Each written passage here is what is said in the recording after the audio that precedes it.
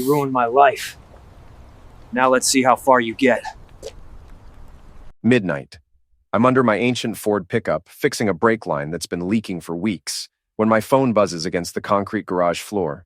The notification light cuts through the darkness like a neon sign in this dying industrial town I call home. I slide out from under the truck, wiping grease off my hands with an old rag that's seen better decades.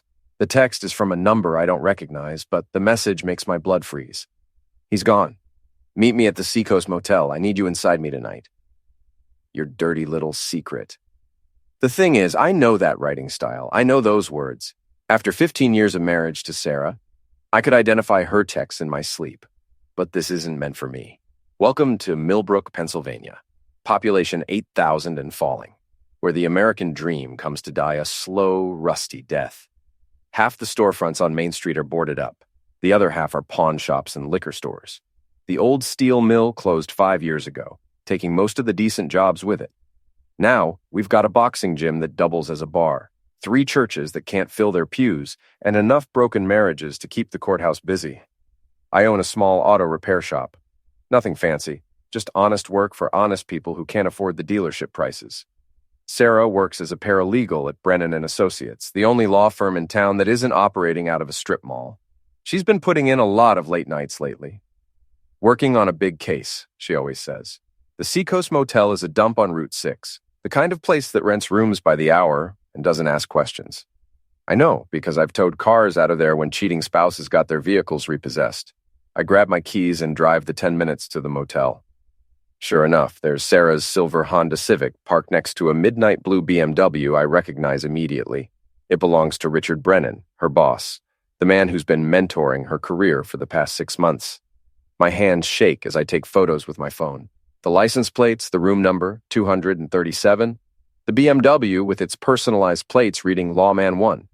Real subtle, Dick. I walk over to Sarah's car and slip a note under the windshield wiper. Nice to see you working late. Hope the overtime is worth it. Your loving husband. Then I take out my pocket knife and put a nice, slow leak in the BMW's front tire. Nothing dramatic, just enough to make his drive home interesting. Mrs. Patterson from across the street at the 24-hour laundromat is watching through the window, probably filming with her phone. Good. Let her spread the gossip. I drive home to our little 2-bedroom house on Elm Street. It's not much. Needs paint. The porch sags, and the furnace sounds like a dying whale. But it's ours. Or was ours. Sarah's already home when I pull into the driveway, which means she broke land speed records getting back. The bedroom light is on, and I can see her shadow moving around frantically. I walk in through the kitchen door, hanging my keys on the hook by the refrigerator like I have every night for 15 years. Sarah's in the living room, pretending to watch late-night TV in her bathrobe. How was work? I ask, settling into my recliner. Fine, just the usual. She doesn't look at me. Long day. I bet. I pull out my phone and scroll through the photos. Funny thing happened tonight. Got a text meant for someone else? Now she looks at me. Her face goes pale under her auburn hair. What kind of text? I show her the message. Watch her eyes widen. Then I show her the photos. We need to talk, she says after a long silence. No, we don't. I stand up and head for the stairs. We're way past talking. Jake, please, let me explain. I stop at the bottom of the stairs and turn around. Explain what? That you've been screwing your boss in a Fleabag motel? That you've been lying to my face for months? That 15 years of marriage means nothing to you? Tears start flowing down her cheeks. It just happened. Richard and we've been working so closely together, and you're always so busy with the shop, and I felt lonely and... Stop. I hold up my hand. Just stop. I don't want to hear your excuses. She wipes her eyes, and suddenly her expression hardens. Fine. You want the truth? I'm done with this life. I'm done with this house, this town, your grease-stained clothes, and your beer breath, and your complete lack of ambition. Richard appreciates me. He sees my potential. Your potential? I laugh, but there's no humor in it. You mean your potential to spread your legs in cheap motel rooms? She slaps me, hard. The sound echoes through our small living room. I want a divorce, she says, her voice cold as winter. And I want the house. I want half of everything, including the shop. You can find yourself a nice little apartment somewhere and start over. With what lawyer? I ask. You know I can't afford the kind of legal help you've got access to. She smiles then, and it's the cruelest expression I've ever seen on her face. That's your problem, isn't it? I head upstairs without another word. In our bedroom, my bedroom now, I guess, I start packing a bag. Sarah follows me up. Where are you going? Somewhere I can think without the stench of betrayal in my nostrils. Jake, we can work this out like adults. We can make this easy on both of us.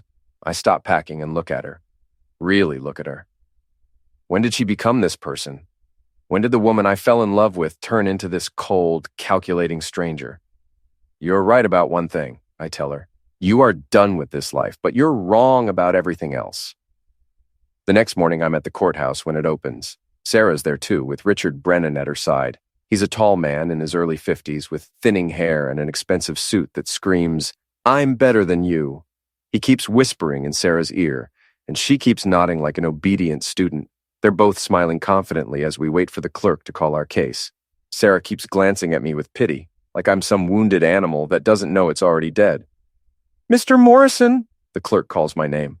I stand up and walk toward the conference room where we'll hash out the preliminary details. Sarah and Richard follow, still whispering to each other. But as we enter the room, another man in a suit stands up from the table. He's younger than Richard, maybe 40, with sharp eyes and an even sharper smile. "Good morning," he says, extending his hand to Richard. "Michael Morrison, Morrison and Associates. I'll be representing my brother Jake in these proceedings." The look on Sarah's face is priceless. Pure shock, followed by growing panic. Richard's confident smile falters as he realizes he's no longer the only legal eagle in the room. "Your brother?" Sarah stammers. "That's right," Mike says, pulling out a chair for me. "Jake called me last night. Interesting case. Very interesting. I haven't spoken to my brother in 3 years. We had a falling out over money. He thought I was wasting my potential running a small-town garage when I could have gone to college on a wrestling scholarship. But blood is thicker than water, and Mike never could resist a good fight. I wasn't aware Jake had a brother in the legal profession," Richard says, trying to regain his composure. "There's a lot you don't know about my client," Mike replies. "But don't worry, you'll learn." Word travels fast in a small town. By the next afternoon, everyone knows about Sarah's affair and our impending divorce. The gossip network in Millbrook is more efficient than the internet. I'm at Murphy's boxing gym working the heavy bag when Tommy Murphy himself walks over. Tommy's been running this place for 30 years. It's part gym, part bar, and full-time sanctuary for men who need somewhere to work out their frustrations. "Heard about Sarah," he says, holding the bag steady while I throw combinations. "That's rough, Jake." It is what it is. Left hook, right cross, left uppercut. The bag shudders with each impact. You know, my ex-wife tried to take me for everything too. 20 years ago, wanted the gym, the house, even my truck. What happened? Tommy grins. She found out that fighting dirty works both ways. Sometimes you got to hit back harder than they hit you. That evening, I'm having dinner at Rosie's Diner when Sarah walks in with Richard. They're dressed up like they're going to some fancy event, which in Millbrook means anything nicer than jeans and a t-shirt. They sit 3 tables away from me, but I can hear every word. Sarah's talking loudly, making sure everyone in the place knows about her new relationship. "Richard's taking me to see Phantom of the Opera in Pittsburgh next weekend," she announces to the waitress. "It's so nice to be with a man who appreciates culture." The waitress, Betty, has known me since high school. She glances over at me sympathetically. "That sounds lovely, honey," Betty says. "Jake, you want more coffee?" "Thanks, Betty." I keep my voice level, but inside I'm burning. Richard leans back in his chair and speaks loud enough for half the diner to hear. "Sarah's been wasted in this town. She has so much potential. I'm thinking of making her a partner in the firm." "Really?" Sarah's voice is breathless with excitement. "You mean it?" "Of course. You're brilliant, beautiful, and you deserve so much more than—" He glances over at me meaningfully. "More than what you've had." I finish my coffee, leave a $10 tip for Betty, and walk over to their table. "Evening, Sarah. Dick." "It's Richard," he corrects me. "Right. Richard, how's the tire?" His face flushes red. "What tire?" "The one that went flat last night at the Seacoast Motel." "Hope it didn't ruin your evening." Sarah kicks him under the table. But it's too late. Half the diner is staring now, and the other half is pretending not to listen while hanging on every word. "I don't know what you're implying. Richard says. I'm not implying anything. I'm stating facts. You were at the Seacoast Motel last night with my wife. Your tire went flat. These are facts. Jake, please, Sarah hisses. Don't make a scene. A scene? I laugh. Honey, the scene was made 6 months ago when you started screwing your boss. I'm just providing commentary. Richard stands up, trying to look intimidating. I think you should leave. This is a public place, Dick. I have as much right to be here as you do. It's Richard, and I'm warning you. You're warning me? I step closer. What exactly are you warning me about? That you'll steal my wife? Too late. That you'll try to take my house? Already in progress. That you'll destroy my reputation in this town? Buddy, you're about 15 years too late for that threat to mean anything. The diner has gone completely quiet. Even the cook has stopped flipping burgers to listen. Let's go, Richard, Sarah says, grabbing his arm. We don't need to listen to this. As they head for the door, Richard can't resist one last shot. You should have treated her better, Morrison. Maybe she wouldn't have needed to find a real man. That's when I lose it. I catch up to them in the parking lot. Richard is helping Sarah into his BMW when I tap him on the shoulder. Hey, Dick. He turns around just in time to catch my right hand across his jaw. It's not a punch exactly, more like an open-handed slap, but it's hard enough to snap his head sideways and send his glasses flying. Sarah screams. Richard staggers backward, holding his face. You're crazy, he shouts. I'm calling the police. Go ahead, I tell him. Tell them how the husband of the woman you're screwing slapped you in a diner parking lot. I'm sure that'll look great in the legal community. I walk back to my truck, leaving them both standing there in shock. Mrs. Patterson is in the parking lot too, of course, probably getting the whole thing on video for her Facebook page. The next morning, Mike calls me at the shop. Jake, what the heck were you thinking? I was thinking that son of a witch needed to learn some manners. You can't go around hitting people, especially not Sarah's lawyer. It makes you look unstable. Maybe I am unstable. Maybe 15 years of marriage and a cheating wife will do that to a man. Mike sighs. Look, I get it, I really do. But you need to be smarter about this. Sarah's already trying to use the incident to prove you're violent and unstable. She wants a restraining order. Let her try. Half the town saw what happened. Richard ran his mouth and I shut it for him. That's not how the law works, Jake. You need to control yourself or you're going to lose everything. But control is the last thing on my mind. That afternoon, I drive over to the high school where our daughter Emma is a senior. She's 18 now, legally an adult, but she still lives at home and we still pay for everything. I find her in the parking lot after school, sitting in her car with two of her friends. When she sees me approaching, she rolls down the window. Dad, what are you doing here? We need to talk. I'm kind of busy right now. It's about your mother. Emma's friends exchange glances. I'll call you guys later, Emma tells them. After her friends leave, Emma gets out of her car. She looks like Sarah did at that age. Same auburn hair, same green eyes, same stubborn expression. I already know about the divorce, she says before I can speak. Mom told me everything. Everything? About how you hit Richard, about how you've been stalking them, about how you're trying to destroy Mom's career out of spite. I stare at my daughter, this person I helped create and raise, and realize I don't know her at all. Is that really what you think happened? Emma crosses her arms. I think you're jealous because Mom finally found someone who treats her right. Richard's successful, he's cultured, he actually has ambitions beyond fixing cars in this dead-end town. This dead-end town is where you grew up. This dead-end job paid for your clothes, your car, your college applications. And I'm grateful for that, Dad, but I'm not going to stay here and rot like you did. I'm going to college. I'm going to make something of myself. With whose money? Emma's confidence falters slightly. What do you mean? I mean your college fund is in my name. Your car is registered to me. Your cell phone is on my plan. If you think I'm such a terrible person, maybe you should start supporting yourself. You wouldn't. Try me. That night, I'm at Murphy's gym, working out my frustrations on the heavy bag when Tommy approaches me again. Heard you had words with your daughter today. News travels fast. It does. Also heard she posted something on that TikTok thing about you. I stop punching the bag. What kind of something? Tommy hands me his phone. On the screen is a video of Emma looking directly into the camera. So my dad is having a complete meltdown because my mom finally found happiness with someone else, she says. He's stalking them. He's threatening people. He even hit my mom's boyfriend. It's honestly embarrassing. I can't wait to get away from this toxic situation and start my real life in college. #dad problems, #toxic masculinity, #can't wait to leave. The video has been viewed 50,000 times and has hundreds of comments, most of them supporting Emma and calling me various names. Jesus, I mutter. Gets worse, Tommy says. Check the comments. I scroll through them. Most are from strangers, but some are from people in town, people who know me, people I thought were friends. Jake Morrison always seemed like a creep to me. Poor Sarah, stuck for years with a man who treated her terribly. Someone should call the police before he actually does something dangerous. I hand the phone back to Tommy. Well, that's just perfect. You know what this is, don't you? Tommy says. This is war. And in war, you don't win by playing defense.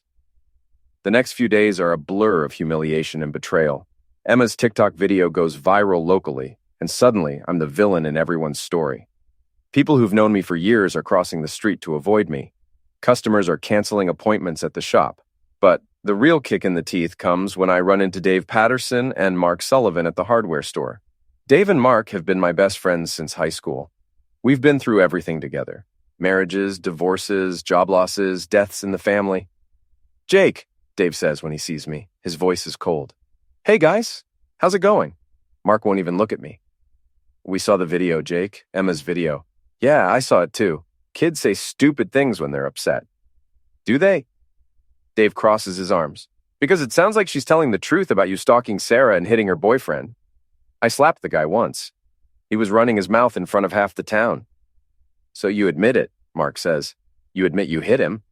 I admit I lost my temper, but you guys know me. You know I'm not some kind of violent maniac. Dave and Mark exchange glances. The thing is, Jake, we don't know you anymore. The Jake we knew wouldn't stalk his ex-wife, wouldn't threaten his own daughter, wouldn't go around hitting people in parking lots. Ex-wife? We're not even divorced yet. And I didn't threaten Emma. I just told her the truth about who pays for her lifestyle. Listen, Dave says, maybe you should get some help. Anger management or something. Because this isn't you, man. This is exactly me, I tell them. This is me when people I trust stab me in the back. This is me when my wife of 15 years decides to screw her boss and then try to take everything I've worked for. This is me when my own daughter calls me toxic on social media for 50,000 strangers to see. Jake? Mark starts. No, let me finish. This is also me when my two best friends, guys who've known me for 20 years, decide to believe a teenager's TikTok video over their own experience with me. I turn to leave, but Dave grabs my arm. We're trying to help you here, Jake, but you're making it really hard. I shake off his grip. Don't do me any favors. That night, I'm sitting in my empty house, drinking a beer and planning my next move when my phone rings. It's Mike. We have a problem, he says without preamble. What now? Sarah's friend Jennifer called me. She wants to meet. Jennifer Walsh has been Sarah's best friend since college. She works as a receptionist at Brennan and Associates, which is how Sarah got the job in the first place. She's always been friendly to me, always seemed to genuinely like our marriage. What does she want? She says she has information about Sarah and Richard that could help your case, but she wants to meet in person. Where? Murphy's Gym, tomorrow night at 8. The next evening, I'm at Murphy's, nursing a beer and waiting for Jennifer. The place is mostly empty except for a few regulars and Tommy behind the bar. Jennifer arrives right on time. She's a small woman in her 30s with short blonde hair and nervous energy. She looks around the gym like she's afraid someone might see her. Jake, she says, sliding into the booth across from me. Thanks for meeting me. Mike said you had information. I do. She glances around again, then leans forward. I've been Sarah's friend for 10 years. I care about her. I really do. But what she's doing to you isn't right. Go on. The affair started 8 months ago, not 6, and it wasn't just physical. Sarah's been planning this divorce for months. She's been moving money around, copying files from your business, building a case against you. My blood runs cold. What kind of files? Financial records, customer complaints, anything she could find to make you look bad in court. She's been working with Richard to build a narrative that you're unstable, that you've mistreated her, that you're a bad businessman? Why are you telling me this? Jennifer looks down at her hands. Because I know you, Jake. You're a good man. You didn't deserve what she did to you. And because, she pauses, because I think she's planning something worse. Worse how? She's been talking about having you arrested. She wants to claim you've been threatening her, stalking her, that she's afraid for her safety. With your daughter's video and the incident at the diner, she thinks she can make it stick. I feel like I've been punched in the stomach. Jesus. There's more. Richard's been bragging around the office about how he's going to destroy you in court. He says he's going to take your house, your business, everything. He thinks it's funny. Why would Sarah do this? We had problems, but I never thought she hated me. Jennifer looks up at me with sad eyes. I think she does hate you, Jake. I think she's hated you for a long time, and now she finally has a way to hurt you. After Jennifer leaves, I sit in the gym for another hour, thinking. Tommy comes over and sits down across from me. Rough night? Getting rougher. You know what your problem is, Jake? You're still playing by the rules. You're still trying to be the good guy. Maybe because I am the good guy. Maybe you were, but the good guy is getting his A kicked. Sometimes you got to become the villain to survive. That night, I make a decision. If Sarah wants to play dirty, I can play dirty too. If she wants to destroy my reputation, my business, my relationship with my daughter, then maybe it's time to return the favor. I start with the money. Sarah might have been moving funds around, but I'm the primary account holder on most of our accounts. By morning, I've transferred everything to a new account in my name only. It's not illegal. We're still married, and it's community property. But it leaves Sarah with about $50 in her personal checking account. Next, I cancel all the credit cards. Again, perfectly legal since they're all in my name. Then I call the cell phone company and remove Sarah and Emma from our family plan. Let them get their own phones. By noon, my phone is ringing off the hook. First Sarah, screaming about the money. Then Emma, furious about her phone. Then Richard, threatening legal action. I don't answer any of them. Instead, I drive over to the college where Emma was planning to attend in the fall. I have a nice conversation with the financial aid office about how our family's financial situation has changed dramatically and how I won't be able to contribute to Emma's education after all. Then I stop by the insurance company and remove Sarah from our car insurance policy. Her Honda is in her name, so she can get her own coverage. By evening, the whole family is in full panic mode. Emma shows up at the shop just as I'm closing. Dad, what the heck are you doing? I'm protecting my interests, something I should have done months ago. You can't just cut me off like this. I'm your daughter. You're also the person who called me toxic on social media for the whole world to see. Actions have consequences, Emma. I was upset. I didn't mean... Yes, you did. You meant every word. Just like your mother meant every word when she told me I was a failure with no ambition. Just like Richard meant every word when he said I should have treated her better. Emma starts crying. I'm sorry, okay? I'm sorry about the video. I'll take it down. Too late for that. But here's what you can do. You can get a job, pay for your own phone, and figure out how to pay for college without my help. You wanted to be independent? Congratulations. You're being cruel. I'm being realistic. Your mother is trying to take everything I have. Your boyfriend Richard is bragging about destroying me in court. You're publicly humiliating me on social media. Did you really think I was just going to keep paying for the privilege? Emma wipes her eyes. What do you want from me? I want you to choose. You can be on my side, or you can be on your mother's side, but you can't be on both. That's not fair. Fair? I laugh. Honey, Fair left the building about 8 months ago when your mother started screwing her boss. That weekend, Sarah and Richard show up at the house. I watch them from the kitchen window as they get out of Richard's BMW. Sarah looks furious. Richard looks like he's ready for a fight. I meet them on the front porch. We need to talk, Sarah says. No, we don't. You can't just cut off all the money, Jake. It's illegal. Actually, it's not. I checked with my lawyer. Turns out when you're married, both spouses have equal access to marital assets. I'm just exercising my access. Richard steps forward. This is financial misuse. We can have you arrested. With what evidence? I haven't hidden any money. I haven't spent it. I've just moved it to an account that you can't access. That's called protecting my interests. What about Emma's college fund? Sarah demands. What about it? She needs that money for school. Then maybe she shouldn't have called her father toxic on social media. Funny how that works. Richard's face is turning red. You're destroying your own family out of spite. I'm not destroying anything. I'm just stopping the subsidization of people who hate me. We don't hate you, Sarah says, but her voice lacks conviction. Really? Then why are you planning to have me arrested on false charges? Why is Richard bragging around town about how he's going to destroy me in court? Why did Emma post a video calling me toxic and claiming I mistreated her? Sarah's face goes pale. Who told you about your plans? Let's just say you're not as smart as you think you are. I turn to go back inside, but Richard grabs my arm. We're not done here. I look down at his hand on my arm, then back up at his face. Take your hand off me. Or what? You'll hit me again? I might. He lets go, but doesn't back down. You think you're so tough, don't you? Small-town tough guy with your boxing gym and your pickup truck? But you're nothing. You're a loser who peaked in high school and never got over it. Maybe, but I'm a loser who's winning. The war escalates quickly after that. Sarah files a restraining order claiming I'm stalking and threatening her. The judge denies it because she can't provide any evidence. But the filing becomes public record, which means more gossip, more damage to my reputation. In retaliation, I have Mike file a motion demanding a full accounting of all marital assets, including Sarah's recent financial transactions.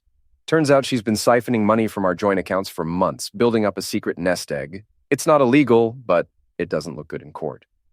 Emma's college dreams crumble when the financial aid office informs her that without my contribution, she doesn't qualify for enough aid to attend. She'll have to settle for community college or take out massive student loans. She shows up at the shop again, this time with a different approach.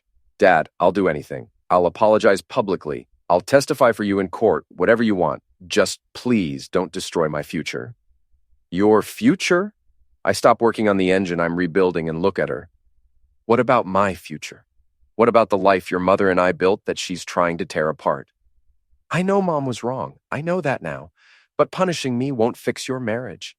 My marriage is over, Emma. Your mother made sure of that. But my life isn't over, and there's no way I'm letting her destroy what's left of it. So, you're going to destroy mine instead? I'm not destroying anything. I'm just not paying for it anymore. There's a difference. Emma breaks down crying again. I don't have anywhere else to go. Mom's living with Richard now, and he doesn't want me around. I can't afford my own place without help. This stops me cold.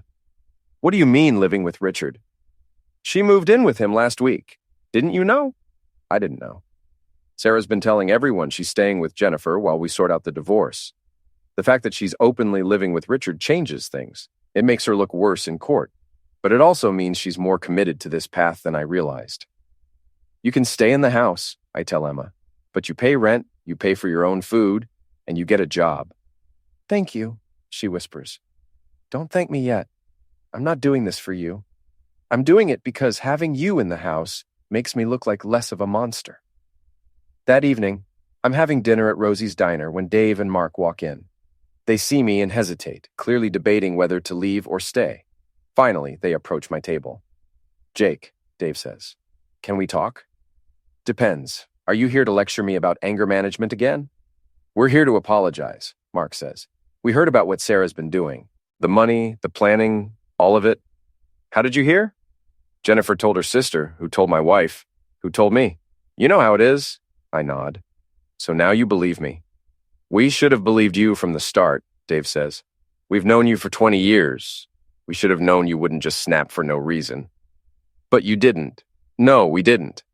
And we're sorry. I consider this. These men have been my friends for most of my adult life. We've been through everything together. But they abandoned me when I needed them most.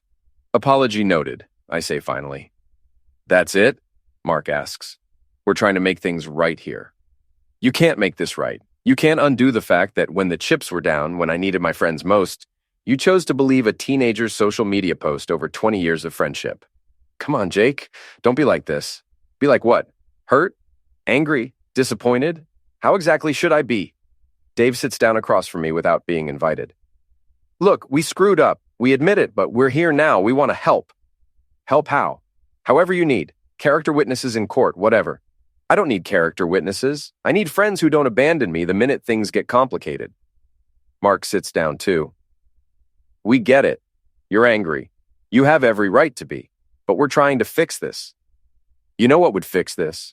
Going back in time and not believing the worst about me in the first place. But since that's not possible, I guess we're stuck with the current situation. Which is what exactly? Dave asks. Which is that I now know who my real friends are, and it's not you two. I stand up to leave, but Mark grabs my arm. Don't do this, Jake. Don't throw away 20 years of friendship over one mistake. One mistake? I pull my arm free. You didn't just make a mistake, you made a choice. You chose to believe I was some unhinged stalker rather than a man whose wife was cheating on him. That's not a mistake. That's a direct attack on my character. We were wrong, Dave says desperately. We admit we were wrong. Yes, you were, and now you have to live with the consequences of being wrong. Just like I have to live with the consequences of Sarah's betrayal. I leave them sitting there and walk out to my truck. In the parking lot, I run into Mrs. Patterson, who's been documenting my every move since this whole thing started. Jake, she says, I just want you to know that I never believed those stories about you being violent. Is that right? Of course not. I've known you since you were a boy. You're not that type. But you did film me slapping Richard in the parking lot. She has the grace to look embarrassed. Well, yes, but that was different. He deserved it. And you posted it on Facebook. I may have shared it with a few friends. Mrs. Patterson, with all due respect, you're part of the problem. You film everything. You gossip about everything. And then you act surprised when people's lives fall apart. You were just stirring the pot. Just like everyone else in this town. I get in my truck and drive home, where I find Emma waiting for me in the kitchen. She's made dinner, spaghetti and meatballs, my favorite. Peace offering? She asks hopefully. I sit down at the table. It's a start. We eat in silence for a while before Emma speaks up. Dad, I need to tell you something. What? Richard's been asking me questions about you, about your business, your finances, your friends. He wants me to spy on you. I stop eating. And? I told him I would, but I won't. I want you to know that. Why the change of heart? Because I realized something. You never asked me to choose between you and Mom. She did. Richard did. They're the ones who put me in the middle of this. And they're the ones who are trying to destroy you. You're just fighting back. I nod. That's right. So what do we do now? Now we give them what they want. We let them think they're winning, and then we show them what losing really looks like. The next morning, I called Jennifer and asked her to meet me again. This time we meet at a coffee shop in the next town over, away from prying eyes. I need more information, I tell her. What kind of information? Everything. Richard's weaknesses, Sarah's plans, anything that can help me. Jennifer looks uncomfortable. I don't know, Jake. I already feel terrible about betraying Sarah's confidence. Sarah's trying to destroy me, Jennifer. She's planning to have me arrested on false charges, take my business, take my house, take everything I've worked for, and she's using you to do it. What do you mean, using me? You work at Richard's law firm. You have access to files, conversations, plans. She's counting on you to keep quiet about what you see and hear. Jennifer considers this. What do you want to know? I want to know about Richard's other affairs because a man who cheats with one employee will cheat with others. Jennifer's eyes widen. How did you know? I didn't, but your reaction just confirmed it. She sighs. There have been others. Before Sarah, Richard has a pattern. Tell me. 3 years ago, it was his previous paralegal, Lisa. Before that, a client going through a messy divorce. Richard likes vulnerable women, women who depend on him. What happened to Lisa? She got pregnant. Richard paid for a pregnancy termination and then fired her for performance issues. She moved away after that. Can you prove any of this? Maybe. Lisa might talk to you if you approached her right, and there might be records, payments, things like that. What about Sarah? Does she know about Richard's history? I don't think so. Richard's been very careful to present himself as the perfect gentleman to her, but you know different. I know Richard Brennan is a predator who uses his position to take advantage of women. And I know Sarah has no idea what she's gotten herself into. That afternoon, I drive to Pittsburgh to find Lisa Morrison. No relation, despite the name. She's working as a paralegal at a different firm, trying to rebuild her career after Richard destroyed it. She's reluctant to talk at first, but when I explain what Richard is doing to Sarah and to me, she agrees to meet me for coffee. He's a monster, she tells me. Charming on the surface, but underneath he's calculating and cruel. Will you testify to that? I can't. I signed a non-disclosure agreement as part of my severance package. What if I told you there might be a way around that? What do you mean?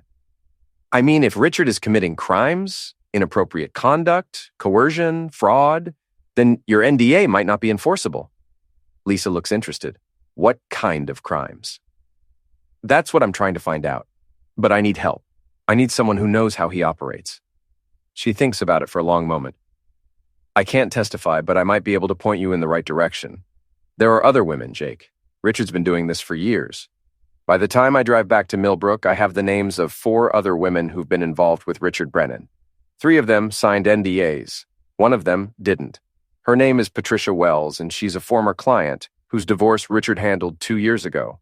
According to Lisa, Richard seduced Patricia while representing her, then dropped her as soon as her divorce was finalized and his fee was paid.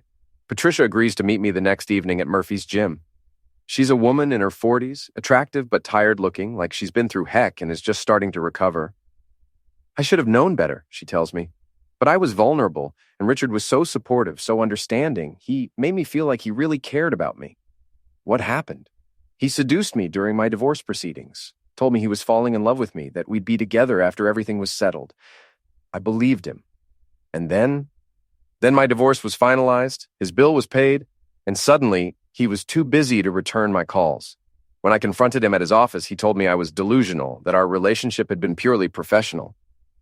Did you file a complaint? With who? The Bar Association?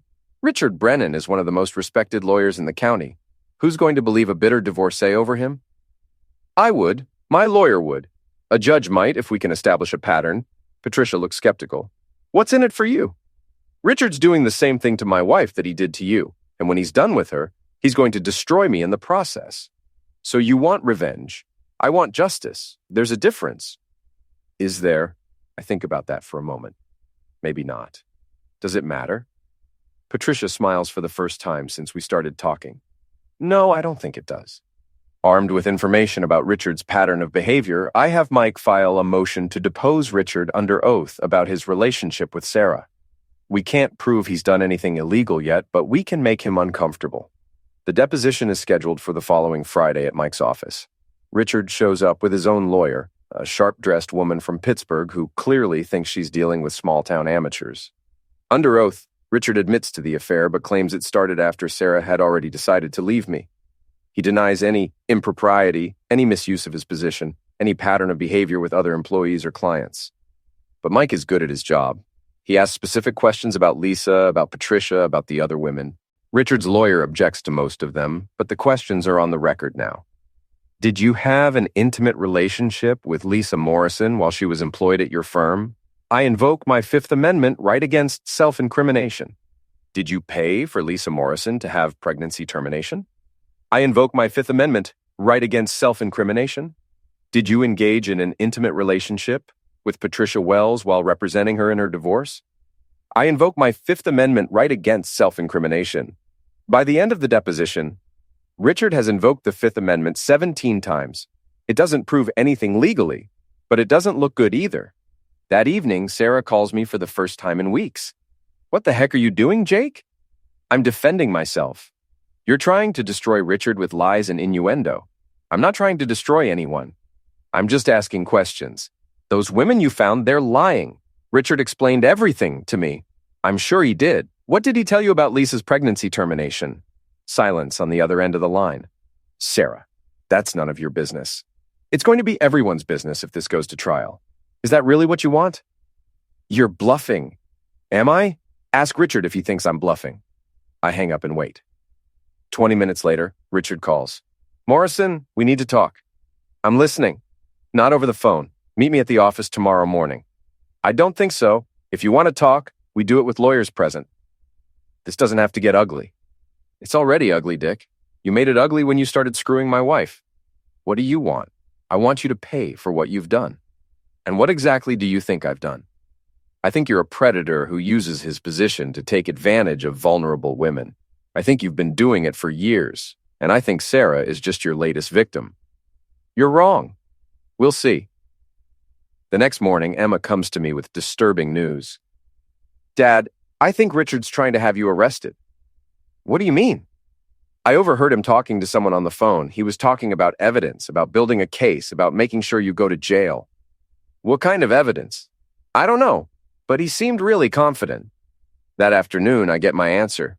Detective Ray Kowalski from the state police shows up at my shop with a warrant to search the premises. What's this about, Ray? I've known Ray since high school. He's a good cop, but he's also ambitious. Got a complaint that you've been harassing Sarah Morrison and Richard Brennan, threatening them, stalking them, that kind of thing. That's BS, and you know it. Maybe. But I have to investigate. You understand? Ray and his team spend 2 hours going through my shop, my truck, my office. They don't find anything because there's nothing to find, but the damage is done. By evening, the whole town knows the state police searched my business. The next morning, I'm having coffee at Rosie's Diner when Richard walks in with Sarah. They sit at the counter, making sure everyone can see them, making sure everyone knows they're not afraid of me. I finish my coffee, leave money on the table, and walk over to them. Morning, folks. Sarah won't look at me. Richard turns around with a smug smile. Jake, I heard you had some visitors yesterday. I did. Funny thing, though, they didn't find what they were looking for. Maybe they weren't looking hard enough. Or maybe there was nothing to find. Richard's smile widens. Yet. That's when I realize what's happening. Richard isn't just trying to destroy me in the divorce. He's trying to frame me for something. He's planning to plant evidence, manufacture a case, do whatever it takes to have me arrested. You know what your problem is, Dick? I lean closer to him. You're too smart for your own good. You think you can manipulate everyone, control every situation. But you can't control me. Can I? No, you can't, because I have nothing left to lose. Sarah's already gone. My friends have already abandoned me. My reputation is already destroyed. You've taken everything that matters to me. Not everything, Richard says quietly. What's that supposed to mean? It means you still have your freedom, your business, your house. You'd be surprised how quickly those things can disappear. I straighten up. Is that a threat? It's a promise. That night, I call Mike and tell him what happened. We need to be careful, Jake. If Richard's planning to frame you for something, we need to be ready. How do we get ready for something like that?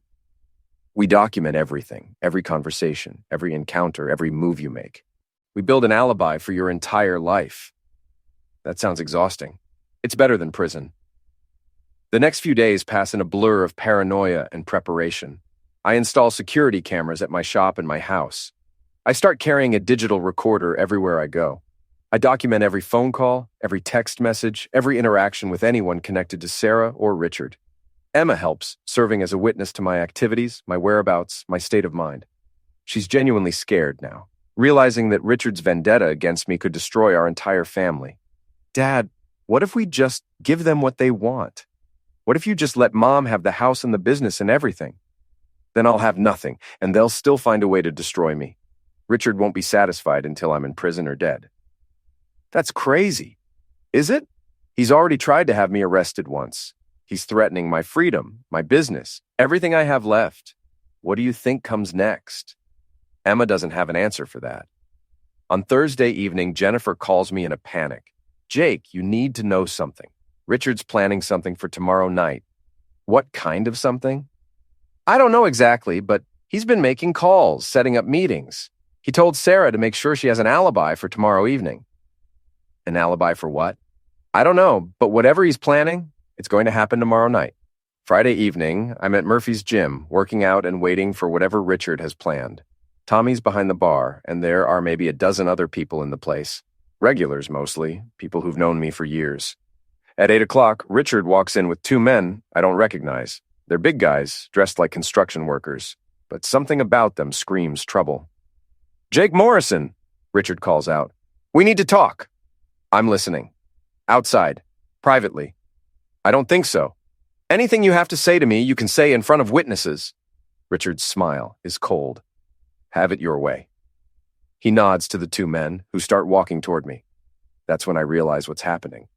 Richard's trying to provoke a fight, probably with witnesses he's paid off, so he can have me arrested for attack.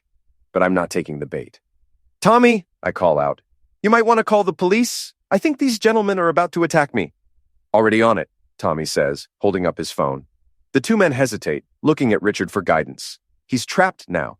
If his men attack me, it's attack. If they don't, his plan fails. This isn't over, Morrison, he says. No, it's not, but it's about to be. As Richard and his hired muscle leave, I realize that I've been playing defense this entire time. I've been reacting to Sarah's betrayal, to Richard's attacks, to everyone else's moves. It's time to go on offense. The next morning, I drive to Pittsburgh and meet with a private investigator named Frank Castellano. Frank's a former cop who specializes in corporate investigations and divorce cases. I need everything you can find on Richard Brennan, I tell him. Financial records, criminal history, professional complaints, personal relationships, everything. That's going to be expensive. I don't care. I want to know every dirty secret he's ever had. What's your timeline? I need it yesterday. Frank grins. I like a client with motivation. Give me a week. While Frank works on Richard, I focus on Sarah. I hire a second private investigator to follow her, document her activities, find out what she's really up to. What we discover is interesting. Sarah's not just living with Richard. She's completely dependent on him. He's paying for everything. Her clothes, her car, her credit cards, everything. She's gone from being married to me to being kept by him. More importantly, we discover that Sarah has been lying about her job. She's not Richard's partner. She's not even employed by the firm anymore. Richard fired her 2 weeks ago, but she's been pretending to go to work every day, probably to maintain appearances during the divorce proceedings. By the following Friday, Frank has delivered a comprehensive report on Richard Brennan that's even more damaging than I hoped.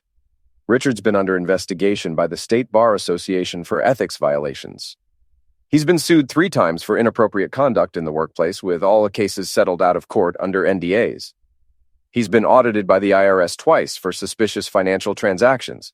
And most importantly, he's currently under federal investigation for money laundering through his law practice. Armed with this information, Mike files a motion to have Richard removed as Sarah's counsel due to conflicts of interest and ethical violations.